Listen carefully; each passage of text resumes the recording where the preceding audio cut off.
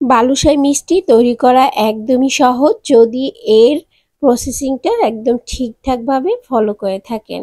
এই মিষ্টিটা খেতে কিন্তু অসাধারণ, আর অনেকেই এটা খুব বেশি পছন্দ করেন। দোকান থেকে চড়া দামে না কিনে বাসায় তৈরি করে ফেলতে পারবেন। কিভাবে খুব সহজে এই বালুশাই তৈরি করবেন আজকে সেটাই শেয়ার করব। আর বালুশাইয়ের ভিতরটা হবে একদম এরকম, আমি একটু ভেঙে দেখাচ্ছি। ভিতরটা একদম রসে টয়টম্বুর আর একদম সফট, আর ভিতরটা থাকবে একদম লেয়ারে লেয়ারে ভরা, আর খেতে দারুণ হবে। বালুশাই মিষ্টিটা পারফেক্টভাবে যদি তৈরি করতে পারেন এর স্বাদ অসাধারণ হয়। আর এটা কিভাবে আজকে খুব সহজে পারফেক্টভাবে তৈরি করতে পারবেন সেই রেসিপি শেয়ার করছি। আসসালামু আলাইকুম, সবাইকে ওয়েলকাম করছি আমার ইউটিউব চ্যানেল এবং ফেসবুক পেজে। বালুশাই তৈরি করার জন্য প্রথমে এখানে আমি 3 কাপ পরিমাণ ময়দা নিচ্ছি আর সামান্য পরিমাণ লবণ দিয়ে দিচ্ছি। লবণটা যদি জিজ্ঞেস করেন পরিমাণ তাহলে হাফ চা চামচ লবণ দিয়ে দিচ্ছি। এখন ভালো করে হাত দিয়ে একটু লবণটা ময়দার সাথে ভালোভাবে মেখে নিচ্ছি। আর এখানে আমি 3 কাপ ময়দার জন্য হাফ কাপের মতো ঘি নিচ্ছি। তো ঘিটা আমি এখন ভালোভাবে ময়দার সাথে মিশিয়ে নিতে হবে। মেশাতে মেশাতে ঘিটা একদম ময়দার সাথে দেখবেন এরকম হয়ে যাবে, সব ময়দাগুলো একটু দলা পেকে আসবে আর এরকম একটা লুক ক্রিয়েট করবে। তাহলে বুঝতে হবে ঘির সাথে ময়দাগুলো ভালোভাবে মিশে গেছে। এখন এ পর্যায়ে 1/3 কাপ দই দিয়ে দিচ্ছি, আর টক দই দিচ্ছি আমি এখানে। আপনারা অবশ্যই এটা নেওয়ার চেষ্টা করবেন, না হলে কিন্তু বালুশাইটা একদম পারফেক্ট হবে না। এখন দইটা মিশানোর পর এরকম একটা লুক চলে আসবে, এরকম একটু দলা পাকিয়ে আসবে। আর আমি কিন্তু কোনো রকম পানি কোনো কিছু ইউজ করিনি, এটা শুধু দই দিয়ে এরকম একটা লুক নিয়ে আসতে হবে।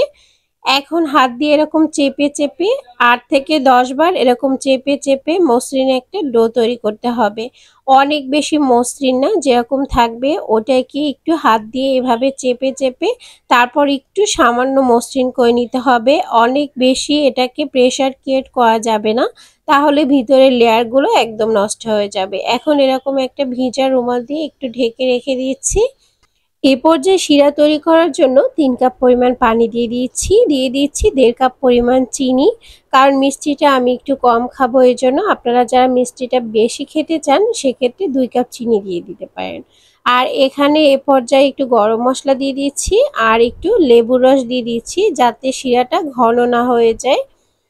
তো এ পর্যায়ে আমি 20 মিনিট পর ফিরে আসলাম, আর এরকম এটাকে আবারও আমি 2 থেকে 3 বার হাত থেকে চেপে চেপে এরকম করতে হবে। 10 থেকে 12 বার যখন এটা এরকম করবেন তখন কিন্তু এটা একটু সামান্য মসৃণ হয়ে যাবে। এখন আমি এটাকে লেচি কেটে নিচ্ছি, ছোট ছোট টুকরো করে নিব, যাতে বালুশাহিগুলো তৈরি করতে আমার অনেক সুবিধা হয়। আপনারাও ঠিক এভাবে করার চেষ্টা করবেন, তাহলে খুব সহজেই কিন্তু বালুশাহিগুলো তৈরি করতে পারবেন। সবগুলো বালুশাহি সুন্দর হবে। একটা লেজি আমি নিয়ে নিচ্ছি, অন্য লেজিগুলো সরিয়ে একটু রুমাল দিয়ে ঢেকে রাখছি যাতে এটা ড্রাই না হয়ে যায়। এভাবে হাত দিয়ে চেপে চেপে তারপর হালকা একটু প্রেসার ক্রিয়েট করতে হবে, আর ভিতর থেকে একটু ফাঁকা করে দিতে হবে যাতে এটা দেখতে অনেকটা সুন্দর হয়। আপনারা ফাঁকা করতে না চাইলেও এরকম রাখতে পারেন, কোনো অসুবিধা নেই। তো এক এক করে সবগুলো বালুশাহি একইভাবে আমি তৈরি করব।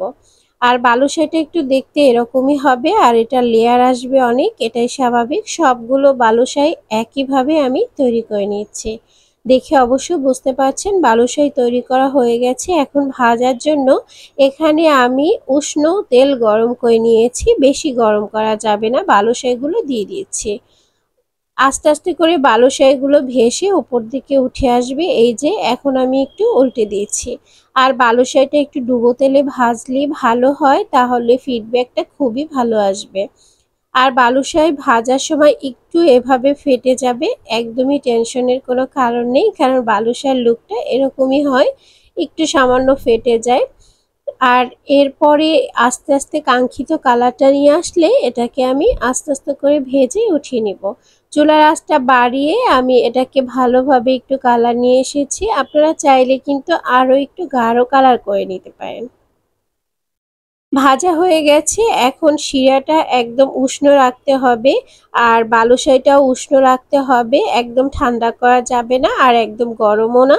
তো এখন একটু ভিজিয়ে রাখছি, 5 মিনিটের মতো ভিজিয়ে রাখলেই বালুশাই একদম রসে টইটম্বুর হয়ে যাবে। আর যদি বেশি ভিজিয়ে রাখেন তাহলে কিন্তু বালুশাইগুলো ভেঙে যাবে, তো এটা খেয়াল রাখতে হবে, বেশি ভিজানো যাবে না। বালুশাই যদি সঠিকভাবে ভাজা হয় তাহলে এটা ভিজতে 5 মিনিটের বেশি একটু সময়ের প্রয়োজন হবে না। আর দেখতেই পাচ্ছেন দেওয়ার সাথে সাথে কিন্তু রসগুলো টেনে নিয়েছে। আর এখন আমি একটু গুঁড়ো দুধে একটু কোট করে নিচ্ছি, আপনারা চাইলে মাওয়ার ভিতরেও কোট করতে পারেন। আমার কাছে মাওয়া ছিল না বিধায় আমি একটু গুঁড়ো দুধেও কোট করে নিচ্ছি, আপনারা খালিও কিন্তু এটা পরিবেশন করতে পারেন, এটা খেতে দারুণ মজা। তো সবগুলো বালুশাই তৈরি হয়ে গেছে। কেমন লেগেছে আজকের রেসিপি অবশ্যই কমেন্ট সেকশনে জানাবেন, ভালো লাগলে লাইক শেয়ার কমেন্ট করবেন। যারা ফেসবুক থেকে দেখছেন তারা পেজটি ফলো দিয়ে রাখতে পারেন, যারা ইউটিউব থেকে দেখছেন চ্যানেলটি অবশ্যই সাবস্ক্রাইব করে দিবেন।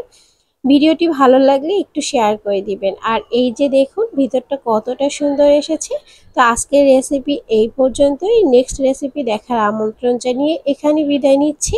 সবাই ভালো থাকবেন, সুস্থ থাকবেন, আল্লাহ হাফেজ।